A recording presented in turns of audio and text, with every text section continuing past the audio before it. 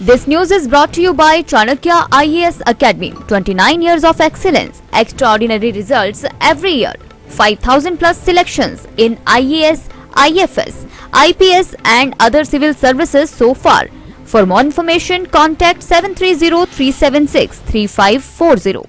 देश के प्रथम मतदाता 106 वर्षीय श्याम शरण नेगी के निधन के बाद आज मुख्यमंत्री जयराम ठाकुर कल्पा स्थित उनके आवास पर पहुंचकर परिजनों से मिले। इस दौरान मुख्यमंत्री ने पहले मतदाता को याद कर पुष्पांजलि अर्पित की। इस दौरान मुख्यमंत्री ने शोकाकुल परिजनों को कहा कि अपने जीवन काल में नेगी हमेशा ही एक जागरूक मतदाता के रूप में मतदान में बढ़ चढ़कर भाग लेते रहे।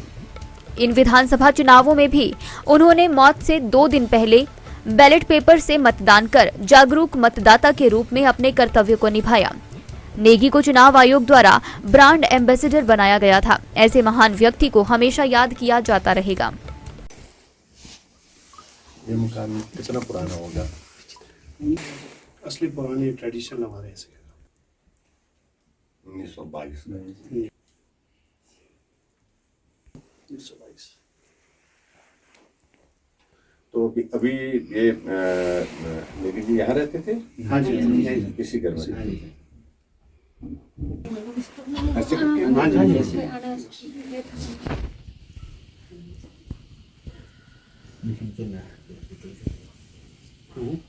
हाँ ये सर दिया जाएगा। आप सांझ जयपुर जी बढ़िया है।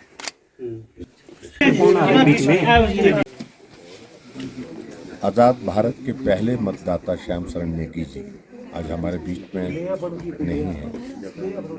हम उनकी कमी महसूस कर रहे हैं और मैं श्रद्धांजलि देता हूं उनको, उनके परिवार को इस दुख को सहन करने की ईश्वर शक्ति दे, ऐसी प्रार्थना करता हूं। और श्याम शरण नेगी जी आज़ाद भारत के पहले मतदाता इसलिए क्योंकि 1951 में जब पहला वोट डालने की बात आई, क्योंकि बाकी राज्यों में बाद में वोट पड़े थे, जो बताया गया है कि 25 अक्टूबर को यहाँ हिमाचल प्रदेश में यहाँ वोट डालने की बात पहले इसलिए आई क्योंकि यहाँ बर्फ पड़ जाती है, स्नो बाउंड एरिया है। तो यहाँ सबसे पहले मतदान केंद्र पर पहुँच करके पहला मतदान उन्होंने किया था। और उसके बाद पहले मतदाता के नाते जब भी चुनाव होता था, चाहे वो पंचायत का चुनाव होता था, चाहे वो विधानसभा का होता था, चाहे लोकसभा का, हमेशा ही उनने लोगों को प्रेरित किया मतदान करने के लिए और स्वयं भी मतदान करने के लिए हमेशा जाते थे। और पहले अध्यापक, फिर फॉरेस्ट डिपार्टमेंट में भी उन्होंने काम किया, उसके बाद फिर अध्यापक का कार्य किया। और ऐसे करते हुए जब चुनाव का दौर आता था तो हमेशा खबर पहले पेज पर कि हिमाचल के पहले, देश के पहले मतदाता श्याम शरण नेगी जी ने वोट डाला, उनका फोटो हमेशा आता था। और इलेक्शन कमीशन की ओर से वो ब्रांड एम्बेसडर भी थे। और 106 वर्ष की आयु पूरा करने पर उनका देहांत हुआ। निश्चित रूप से ये हम सब के लिए दुख का विषय है। ईश्वर उनकी आत्मा को शांति दे और उनके जो चुनाव के लिए, मतदान के लिए जिस प्रकार से उन्होंने प्रेरित किया लोगों को, मतदाताओं को, पूरे देश भर के लिए, पूरे प्रदेश भर के, इस उनके योगदान को सदैव स्मरण किया जाएगा। दिव्य हिमाचल टीवी के लिए रिकांगपियो से मोहिंद्र नेगी की रिपोर्ट। सरकाघाट चुनाव क्षेत्र की प्रबुद्ध जनता व विवेकशील समस्त मतदाताओं से यह करबद्ध प्रार्थना है कि लोकतंत्र के इस महान उत्सव में सभी अपने मत का प्रयोग अवश्य करें। लोकतंत्र की यही खूबसूरती है कि जनता ही जनार्दन बनकर अपने लिए अपनी सरकार का चुनाव करती है।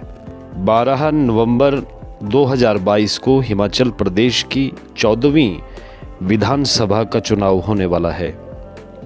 इस चुनाव में प्रबुद्ध मतदाताओं से यह निवेदन है कि आज हमारा देश जिस तरह विश्व पटल पर निरंतर गतिशील है, हमारे देश के यशस्वी प्रधानमंत्री श्री नरेंद्र मोदी के 8 वर्षों के कुशल और सफल नेतृत्व का ये परिणाम है।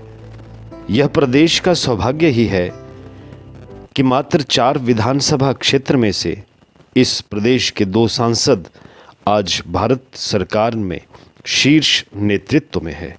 साथ ही प्रदेश के लोकप्रिय मुख्यमंत्री श्री जयराम ठाकुर के कुशल नेतृत्व में हिमाचल प्रदेश विकास की राह पर तेजी से आगे बढ़ रहा है।